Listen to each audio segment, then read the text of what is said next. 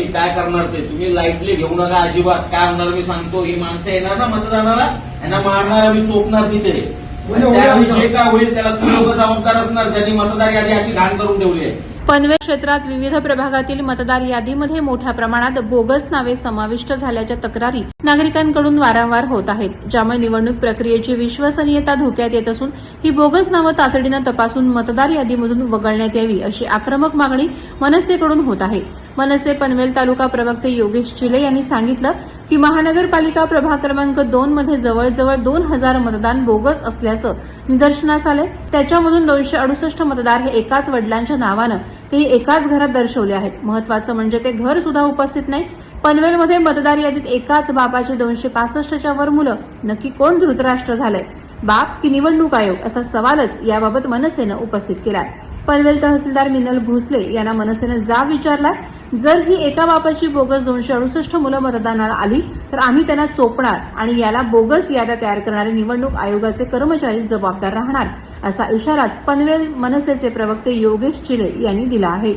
आयोग कोणाचा बट्टी कोण बसलाय ते, निवडणूक आयोग कोणाच्या आदेशाने चालतंय तुम्ही स्वतः बघा. म्हणजे त्यांनी कळवलं वरती, पण निवडणूक आयोगाला कारवाई करावीशी वाटली नाही त्याच्यावरती.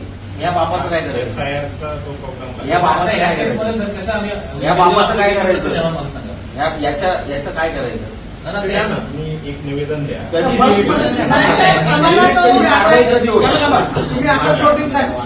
माझ्याकडे परवाचार झालेला आहे साहेब, काय झालं ते मी आता तुम्हाला एक बोलू शकतो की आपण बीएलओ कोण आहेत सांगा साहेब, बीएलओची यादी ती आता मिळेल ना साहेब, देतो ना. अशी काय मोठं प्रोसिजर आहे त्याचं. मी देतो म्हटलं आम्हाला, आम्ही घेतल्याशिवाय जाणार नाही. तुम्हाला देतो मी आता द्या, आता तुम्हाला पूर्ण यादी बीएलओची यादी द्या. याच्यावर काम करणारे बीएलओ पाहिजेत आणि त्यांच्यावर तुम्ही काय कारवाई करताय. तरी बरेचदा मी टाकलं नाहीये. याच्यावर कारवाई काय होणार, फक्त निवेदन पडतात, कारवाई काय होणार याच्यावर. बीएलओ वरती काय कारवाई होणार तुमच्या, बीएलओ वर काय घेऊ ना. काय घेऊ. तुम्ही काय करा, तुम्ही ऑन रेकॉर्ड द्या आम्हाला, आम्ही व्हेरीफाय करतो ना. रेकॉर्डच आहे तो. मॅडम मी तुम्हाला सांगतो काय पत्र होणार. द्या ना. तुम्हाला तुम्ही नायब तहसीलदार शिलाद आहे, तुम्हाला सांगतो मी काय होणार यावेळी. तुम्ही लाईटली घेऊ नका. पाटील साहेब त्यांना सांगतोय मी काय करणार ते तुम्ही लाईटली घेऊ नका अजिबात. काय होणार मी सांगतो, ही माणसं येणार ना मतदानाला, यांना मारणार आम्ही, चोपणार तिथे. त्यावेळी जे काय होईल त्याला तुम्ही लोक जबाबदार असणार, ज्यांनी मतदार यादी अशी घाण करून ठेवली आहे. त्यांना चोपणार एकेकाला. आत्ता सांगतो तुम्हाला, हे जर आले मतदानाला तिथे तुमची जबाबदारी आहे, तिथे नाही आले पाहिजेत मतदानाला, नाही तर मारणार त्यांना तिथे. आत्ता सांगतो तुमच्या समोर इथे काय कारवाई करायची, गुन्हे नोंदवायचे नोंदवा.